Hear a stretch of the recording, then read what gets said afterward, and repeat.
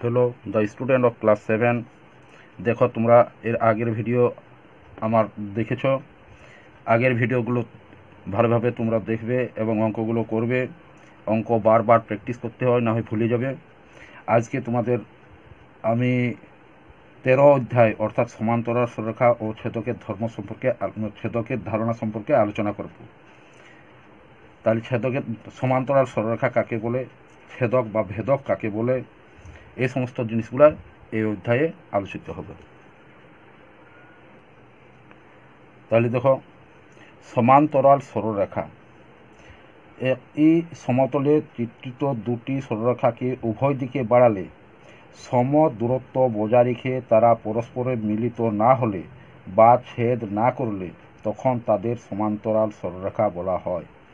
অর্থাৎ দুটি সরলরেখাকে উভয় দিকে বাড়ানো হবে এবং কোনো জায়গায় যেন দূরত্ব কম বেশি না হয়, তাহলে কিন্তু সমান্তরাল সরলরেখা হবে না।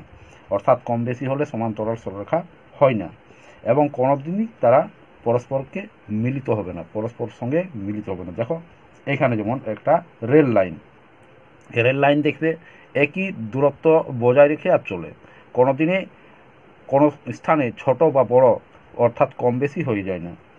যেমন এইটা আমাদের সরলরেখা এ বি এবং সিডি দুটি সরলরেখা এবং এরা সমান্তরাল সরলরেখা, কারণ এইখানের থেকে এইখানের যে দূরত্বটা রইবে এইখানের থেকে এইখানের দূরত্বটা একই থাকবে, আবার এইখানের থেকে এইখানের দূরত্ব একই থাকবে। অর্থাৎ এই সরলরেখাকে উভয় দিকে বাড়ানো যাবে। এই যে তীর চিহ্ন দেওয়া আছে এর অর্থ হচ্ছে যত দূর ইচ্ছা তত দূর বাড়িয়ে নিয়ে যাওয়া যাবে। তাহলে এইদিকেও যত দূর ইচ্ছা তত দূর বাড়িয়ে নিয়ে যাওয়া যাবে। অর্থাৎ তাদের সমান্তরাল বলা হবে যখন তাদের এইখানের আর এইখানের দূরত্বটা যতটা হবে এইখানের দূরত্বটাও একই হবে। অর্থাৎ মাঝখানে বা শেষ প্রান্তে যেখানেই মাপো তাদের পরিমাপ একই হবে। তাহলে এটাকে বলা হয় সমান্তরাল সরলরেখা।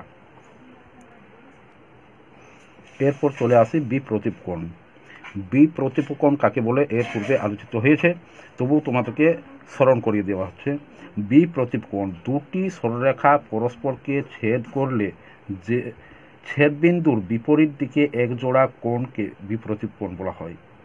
অর্থাৎ দুটি সরলরেখা পরস্পরকে ছেদ করলে, যখন দুটি সরলরেখা পরস্পরকে ছেদ করে তখন ছেদবিন্দুর বিপরীত দিকের এক জোড়া কোণকে বিপ্রতীপকোণ বলা হয়।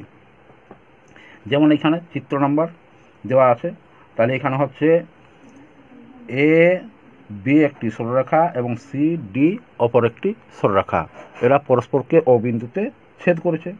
তাহলে এখানে দেখো, তাহলে এ ও ডি এই যে এই পাশের যে একটা কোণ তৈরি হচ্ছে এই কোণটাকে বলা হয়। আর এই যে সি ও বি বা বি ও সি এইখানে, তাহলে এর ঠিক উল্টো দিকে হচ্ছে এটা, তার জন্য এই উল্টো দিকে যেটা থাকে সেটাকে বলা হয় বিপ্রতীপকোণ। অর্থাৎ এখানে এই কোণটার থেকে এই কোণটা বিপ্রতীপকোণ, সেজন্য লিখে দেওয়া আছে কোণ এ ও ডি সমান বিপ্রতীপকোণ সিওডি। সিওবি হবে, সিওবি। আবার হবে কোণ এ ও সি, অর্থাৎ এই কোণটার বিপ্রতীপকোণ কোণটা হবে এই এপারের যে কোণটা রয়েছে সেইটা, অর্থাৎ বিওডি। তাহলে এখানে হচ্ছে এ ও সি কোণ সমান বিপ্রতীপকোণ বিওসি, তাহলে বিওডি। তাহলে এই কোণের বিপরীত এই কোণটা, আবার এই কোণের বিপরীত এই কোণটা, এটা বলা হয় বিপ্রতীপকোণ। এরপর চলে আসি ছেদক বা ভেদক। তোমাদের ভেদক সম্পর্কে আলোচিত ছিল এই অধ্যায়ে, অর্থাৎ এখানে ভেদক বা ছেদক কাকে বলা হয় সেটা তোমরা একটু ভালো করে দেখো। যে সরলরেখাংশ দুটি বা তার বেশি সরল রেখাংশকে আলাদা আলাদা বিন্দুতে ছেদ করে তাকে ছেদক বা ভেদক বলা হয়। তাহলে এখানে দেখো চিত্র নাম্বার দেওয়া আছে, চিত্র নাম্বার 3। এখানে দেখো, লক্ষ্য করো ভালোভাবে। তাহলে এ বি এবং সি ডি দুটি সমান্তরাল সরলরেখা, আর ই এফ হচ্ছে তাদের ছেদক বা ভেদক। তাহলে এখানে কি কি হচ্ছে, এখানে হচ্ছে এ বি সরলরেখা এবং সি ডি সরলরেখা, এরা এই দুটি সরলরেখা হচ্ছে পরস্পর সমান্তরাল, অর্থাৎ সমদূরত্ব বজায় রেখে যত দূর বাড়াবে চলে যাবে। আর তাদের ছেদক বা ভেদক কোণটা হচ্ছে এখানে ই এফ, এই যে এর উপরে মানে করেছে, ছেদ করেছে, তাহলে এখানে এ বি সরলরেখাকে জি বিন্দুতে ছেদ করেছে, ই এফ সরলরেখা, এবং সি ডি সরলরেখাকে এইচ বিন্দুতে ছেদ করছে ই এফ সরলরেখা। অর্থাৎ এখানে আমি লিখে দিয়েছি, দেখো চিত্রে সরলরেখা এই যে উপরে দেওয়া আছে, তো এ বির উপরে একটা সরলরেখা দেওয়া আছে, দুদিকে তীর চিহ্ন দেওয়া আছে, এর অর্থ হচ্ছে যে উভয় দিকে বাড়ানো যাবে, এটা হচ্ছে উভয় দিকে বাড়ানো যাবে যত দূর ইচ্ছা, তার জন্য এখানে এটাকে বলা হয় সরলরেখা। তাহলে সরলরেখা এ বি ও সরলরেখা সি ডি সরলরেখা দুটিকে সরলরেখা ই এফ সরল রেখা, তাহলে এ বি সরলরেখাকে জি বিন্দুতে এবং সি ডি সরলরেখাকে এইচ বিন্দুতে ছেদ করেছে, তাই ই এফ সরলরেখা হলো A B O C D সরলরেখার ছেদক বা ভেদক।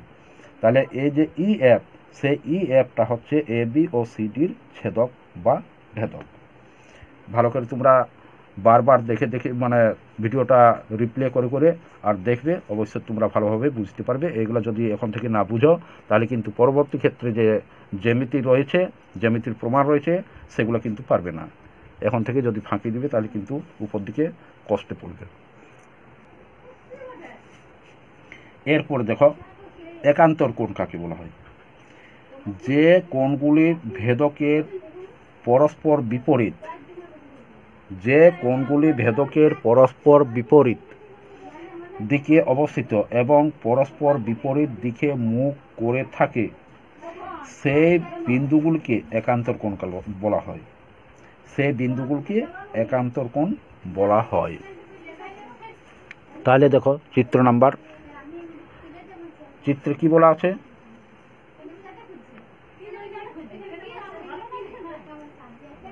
দেখো চিত্রে বলা আছে যে 4 নম্বর চিত্রে A B O C D দুটি সরলরেখা, ই এফ হচ্ছে তাদের ভেদক বা ছেদক। এখানে এ বি সরলরেখাকে জি বিন্দুতে এবং সি ডি সরলরেখাকে এইচ বিন্দুতে পরস্পরকে ছেদ করেছে। তাহলে এখানে একান্তর কোণগুলা হচ্ছে সেটা দেখো, কোণ এ জি এইচ, অর্থাৎ এখানে 3 নম্বর, এখানে দেখো 3 নম্বর লিখে দেওয়া আছে, নাম্বারিং করে দিয়েছি তোমাদের সুবিধার্থে। তাহলে এখানে হচ্ছে এ জি এইচ, অর্থাৎ এই যে রয়েছে এই জিটা, এই মাঝটা যেটা থাকে সেটা হয় কোণ, এই মাঝখানে জি রয়েছে, তাহলে এই জি কোণটা হবে, অর্থাৎ এ জি এইচ, এখানে হচ্ছে এইচটা, তাহলে এইখানের যে কোণটা সেই কোণটা অর্থাৎ 3 নম্বরটা এক, এবং সমান্তর সমান হচ্ছে একান্তর কোণ হচ্ছে ডি এইচ জি। তাহলে ডি এইচ জি হচ্ছে কোনটা? ডি এইচ জি, তাহলে এইখানের যে কোণটা অর্থাৎ 5 নম্বর কোণটা, এখানে লিখে দেওয়া আছে 5 নম্বর কোণটা, তাহলে হচ্ছে ডি এইচ জি। তাহলে এই যে এই মাঝখানে আছে এইচ কোণটা, তাহলে সেইটা হচ্ছে কোণ, অর্থাৎ এইখানের কোণটা। তাহলে এইখানের কোণটার একান্তর কোণ হচ্ছে এইখানের কোণটা। আর তোমরা দেখো আমরা জেড লিখি, জেড কিভাবে লিখি? আমরা জেডকে এইভাবে লিখি। তাহলে একটা তোমরা খেয়াল রাখবে, যেটা এইখানের যে কোণটা হয়, এইখানের যে কোণটা উৎপন্ন, দুটো কোণ উৎপন্ন হচ্ছে, তাহলে এইখানের কোণটা আর এইখানের কোণটা হচ্ছে একান্তর, পরস্পর একান্তর কোণ হচ্ছে। এইটুকু তোমরা একটু ভালোভাবে খেয়াল রাখবে যে জেডের যে কোণগুলো তৈরি হয়, সেই জেডের এইখানের কোণটা আর এইখান কোণটা, এই দুটো পরস্পর একান্তর কোণ তৈরি হচ্ছে। তাই তোমরা এখন দেখো এইখান থেকে যদি আমরা এইভাবে নিয়ে আসি, আবার এইদিকে যদি নিয়ে যাই, তাহলে আমাদের ঠিক জেডের মতো আকার আসছে কিনা? তাহলে সেই জন্য এইখানের কোণটা আর এইখানের কোণটা আমাদের একান্তর কোণ হচ্ছে। আবার এইখান থেকে যদি আমরা মানে করি, তাহলে কি হবে সেটা এবার দেখো। আবার এখানে বি জি এইচ কোণ, অর্থাৎ এখানে দেওয়া আছে, এখানে এইচটা হচ্ছে এইখানটা জি, জি কোণটা, অর্থাৎ এইদিকে আমি এইদিকে জিটা দিয়েছি, কিন্তু এইদিকেও ধরা যাবে, কারণ এইখানের যে বিন্দুটা রয়েছে এই বিন্দুটার নাম হচ্ছে জি। তাহলে বিন্দুটা এবার এইখানের কোণটাও ধরা যাবে, এইখানের কোণটাও ধরা যাবে, এইদিকের কোণটাও ধরা যাবে, এইদিকের কোণটাও ধরে, সব দিক থেকে আমরা কোণটা ধরতে পারবো এখানে, যেহেতু বিন্দুটার নাম হচ্ছে জি। তাহলে এখানে হচ্ছে বি জি এইচ কোণ, অর্থাৎ বি জি এইচ কোণ, এই কোণটা অর্থাৎ 2 নম্বর কোণটা। তাহলে 2 নম্বর কোণটা এখানে 2 লিখে দিয়েছি। সমান একান্তর কোণ কোনটা হচ্ছে এইচ জি, এখানে হচ্ছে সি কোণ, এখানে হচ্ছে সি এইচ জি, তাহলে সি কোণটা এখানে সি এইচ জি, অর্থাৎ এখানে যে 8 নম্বর কোণটা রয়েছে সেই 8 নম্বর এখানে লিখে দিয়েছি। তাহলে এই 8 নম্বর কোণটা হচ্ছে এই কোণটার একান্তর কোণ হচ্ছে এই 8 নম্বর কোণটা, অর্থাৎ এই কোণটার একান্তর কোণ এই কোণটা, আবার এই কোণটার একান্তর কোণ হচ্ছে এইখানের কোণটা। তাহলে একান্তর কোণ তোমরা বুঝতে পারলে ভালোভাবে ভিডিওটা বারবার রিপ্লে করে করে আর তোমরা দেখবে, ভালোভাবে দেখলে বুঝতে পারবে। এরপর দেখো অনুরূপ কোণ। অনুরূপ কোণ কাকে বলা হয়? তাহলে এখানে বলা হচ্ছে যেগুলি ভেদকের একই দিকে অবস্থিত এবং পরস্পর একই দিকে মুখ করে থাকে সেই কোণগুলিকে বলা হয় অনুরূপ কোণ। তাহলে ভেদকের একই দিকে থাকছে এবং একই দিকে মুখ করে থাকছে তাদেরকে বলা হয় অনুরূপ কোণ। তাহলে অনুরূপ কোণ এখানে দেখো চিত্র নাম্বার কত দেওয়া আছে? চিত্র নাম্বার 5। সেই চিত্রে কি বলা হয়েছে? এ বি একটি সরলরেখা এবং অপর একটি সরলরেখা হচ্ছে সিডি, এবং এ বি ও সিডিকে অপর একটি সরলরেখা ই এফ ছেদ করেছে। তাহলে এ বি সরলরেখাকে জি বিন্দুতে ছেদ করেছে এবং সিডি সরলরেখাকে এইচ বিন্দুতে ছেদ করেছে। তাহলে অনুরূপ কোণগুলা হবে সেটা এবার তোমরা এখানে দেখে নাও ভালোভাবে। তাহলে দেখো এখানে অনুরূপ কোণ হচ্ছে কোণ এ জি এফ। তাহলে কোণ হচ্ছে এ জি এফ, অর্থাৎ এইখানে যে কোণটা রয়েছে, অর্থাৎ এখানে 4 নাম্বার কোণ। তাহলে সেই কোণে লিখে দিয়েছি 4 নাম্বার, সমান অনুরূপ জি এইচ সি, অর্থাৎ এই যে মাঝখানে এইচটা রয়েছে এইটা হচ্ছে আমাদের কোণ, ওই কোণটাকে আমরা ধরি। তাহলে এইখানে কোণ হচ্ছে জি এইচ সি, অর্থাৎ জি এইচ সি এইখানের কোণটা। তাহলে এইটাকে কি বলা হয়? অনুরূপ কোণ। তাহলে এইখানে এ জি এফ, অর্থাৎ এইখানের কোণটা আর এইখানের কোণটা হচ্ছে অনুরূপ কোণ। এবার দেখো এখানে বলা আছে এইচ কোণটা হচ্ছে 8, অর্থাৎ এইখানে 8 নাম্বার কোণটা। তাহলে 4 নাম্বার কোণটা এবং 8 নাম্বার, এখানে 4 নাম্বার এবং এখানের 8 নাম্বার, এই দুটো কোণ হচ্ছে পরস্পর অনুরূপ কোণ। আবার কোণ হচ্ছে এফ জি বি, কোণ এফ জি বি, অর্থাৎ এই যে 1 নাম্বার এখানে লিখে দিয়েছি 1 নাম্বার। তাহলে এই 1 নাম্বার সমান সমান অনুরূপ কোণ জি এইচ ডি, অর্থাৎ এইখানের যে কোণটা এইচ কোণ, অর্থাৎ এখানে ডি, এই যে 5 নাম্বার কোণ এখানে লিখে দিয়েছি 5 নাম্বার। তাহলে এই 5 নাম্বার কোণটা, অর্থাৎ এইখানের কোণটা আর এইখানের কোণটা পরস্পর কি হচ্ছে? অনুরূপ কোণ হচ্ছে। আবার এটা হচ্ছে 2 জোড়া গেল। এরপর হচ্ছে এ জি এইচ, অর্থাৎ এ জি এইচ কোণ, এই কোণ, এই যে 8 নাম্বার এখানে লিখে দিয়েছি এ জি এইচ কোণ। তাহলে এখানে হচ্ছে 3 নাম্বার 8 নাম্বার, তাহলে এখানে হচ্ছে 3 নাম্বার। এর অনুরূপ কোণ কোনটা হচ্ছে?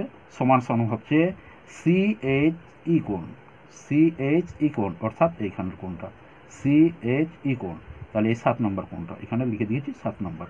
তাহলে 7 নাম্বার কোণটা, তাহলে এইখানের যে 3 নাম্বার এবং 7 নাম্বার এইগুলা হচ্ছে পরস্পর অনুরূপ কোণ। সেইভাবে একইভাবে কোণ বি জি এইচ, অর্থাৎ বি জি এইচ এইখানের যে 2 নাম্বার কোণটা আছে সেই 2 নাম্বার কোণটা। আর এর সঙ্গে সমান সমান অনুরূপ কোণ কোণটা হচ্ছে ডি এইচ ই কোণ, অর্থাৎ ডি এইচ ই কোণ, অর্থাৎ এইখানের যে কোণটা রয়েছে 6 নাম্বার কোণটা। তাহলে সেই জন্য এখানে 6 নাম্বার লিখতে ভুলে গেছি, 6 নাম্বার লিখে দিচ্ছি। তাহলে 6 নাম্বার কোণটা, এই কোণগুলো হচ্ছে পরস্পর অনুরূপ কোণ। এইগুলা খুব ভালোভাবে তোমরা কিন্তু মনে রাখবে। একান্তর কোণ, অনুরূপ কোণ, সন্নিহিত কোণ পরপর আমি দেখে দিচ্ছি। তাহলে এটা হচ্ছে তোমরা অনুরূপ কোণগুলা বুঝে গেছো। এরপর দেখো সন্নিহিত কোণ। তাহলে সন্নিহিত কোণ কাকে বলে সেটা এবার তোমরা দেখো। সন্নিহিত কোণ, দুটি কোণ যখন পরস্পর অবস্থান করে এবং তার মাঝখানে একটি সাধারণ বাহু থাকে তখন ওই দুটি কোণকে বলে সন্নিহিত কোণ। যেমন এখানে চিত্রটা দেখো, এইখানে একটি কোণ রয়েছে আর এইখানে একটি কোণ রয়েছে। তাহলে এইখানে যে একটা সাধারণ বাহু রয়েছে অর্থাৎ এ ও বি কোণ, সেই এ ও বি কোণের এখানে ও ডি একটা সরলরেখা রয়েছে, ওই কোণকে দুটি ভাগে ভাগ করেছি। তাহলে এইখানে যে এ ও ডি, এইখানে যে একটা কোণ উৎপন্ন হচ্ছে এবং বি ও ডি এইখানে যে একটা কোণ উৎপন্ন হচ্ছে, এগুলো হচ্ছে পরস্পর সন্নিহিত, অর্থাৎ 1 নম্বর ও 2 নম্বর কোণগুলি হচ্ছে পরস্পর সন্নিহিত কোণ। এরপর দেখো অন্তঃস্থ কোণ কাকে বলা হয়। তাহলে দুটি সমান্তরাল সরলরেখাকে যখন অপর একটি সরলরেখাংশ ছেদ করে তখন ভিতরের দিকে যে কোণ সৃষ্টি করে তাদেরকে বলা হয় অন্তঃস্থ কোণ। যেমন এর আগে বলেছিল যে ছেদক এবং ভেদক যেটা দেখালো সেটাই এখানে হচ্ছে এ বি এবং সি ডি দুটি সরলরেখা, ই এফ সরলরেখা ওই দুটো সরলরেখাকে ছেদ করেছে, জি বিন্দুতে এ বি সরলরেখাকে জি বিন্দুতে এবং সি ডি সরলরেখা এইচ বিন্দুতে ছেদ করেছে। তাহলে এদের অন্তঃস্থ কোণগুলো হবে সেটা দেখো। এখানে অন্তঃস্থ কোণগুলি হলো এ জি এইচ, অর্থাৎ এখানে যে জি কোণটা আছে এ জি এইচ, এই যে এখানে দেখা যাচ্ছে এখানে হচ্ছে কোণটা, সেই কোণটাকে অন্তঃস্থ কোণ বলা হয়। এবং কোণ জি এইচ সি, অর্থাৎ এই যে মাঝখানে আমি একটু সবুজ বর্ণের দেওয়া আছে এইগুলাকে বলা হয় কোণ। তাহলে এই যে মাঝখানটায় এইচ দেওয়া আছে, তাহলে এইচ কোণটাকে ধরা হবে। তাহলে এখানে জি এইচ সি কোণ, অর্থাৎ এইখানের কোণটা। তাহলে এইখানের কোণটা আর এইখানের কোণটা এগুলো হচ্ছে এক পাশের অন্তঃস্থ কোণ।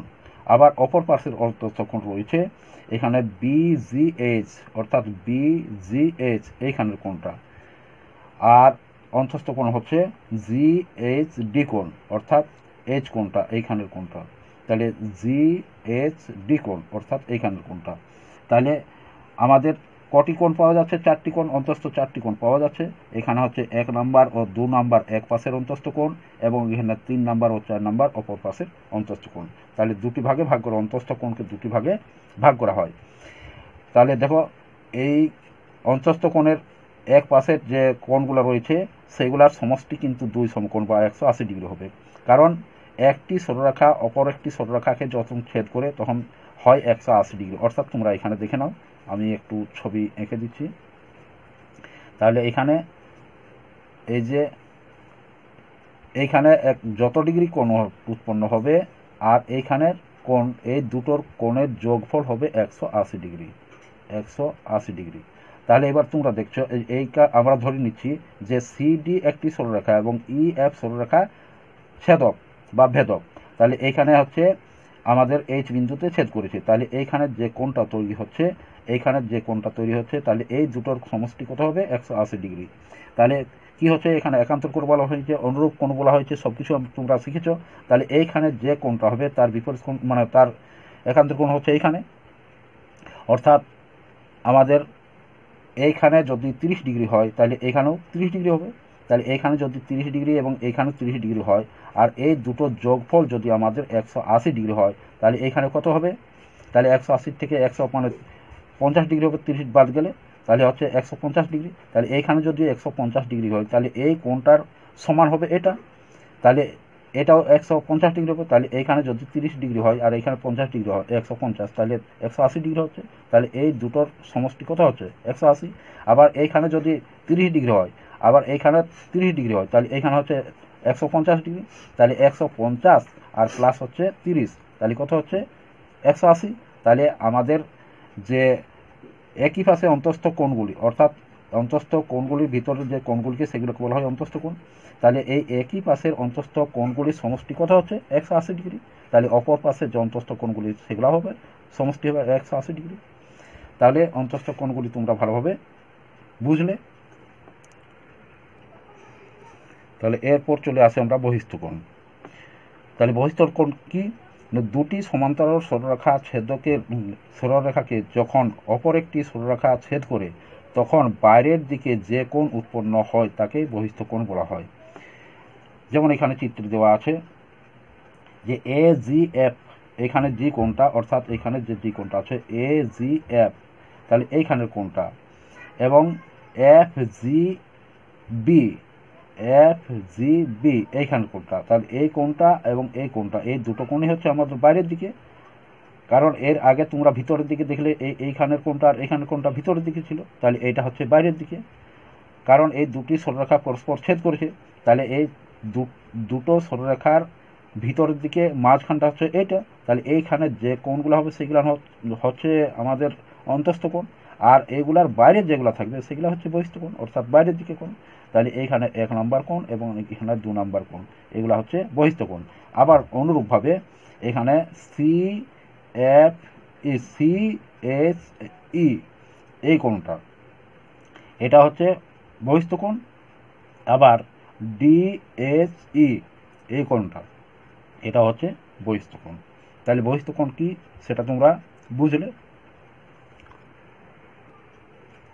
তোমরা একটা জিনিস মনে রাখবে, অনুরূপ কোণগুলি যদি সরলরেখা দুটি সরলরেখা পরস্পর সমান্তরাল হয় তাহলে কিন্তু অনুরূপ কোণগুলি পরস্পর সমান হবে, এবং যদি এই দুটি সরলরেখা অর্থাৎ AB ও CD সরলরেখাগুলি পরস্পর সমান্তরাল না হয় তাহলে কিন্তু অনুরূপ কোণগুলি সমান হবে না। এই সামান্যটুকু কথা তোমরা ভালোভাবে খেয়াল রাখবে। অর্থাৎ অসমান কেমন বলা হয়, যেমন এইভাবে আমি লিখে দিচ্ছি, একটা সমান্তরাল নয় সেই রকম একটা ছবি আমি এঁকে দিচ্ছি।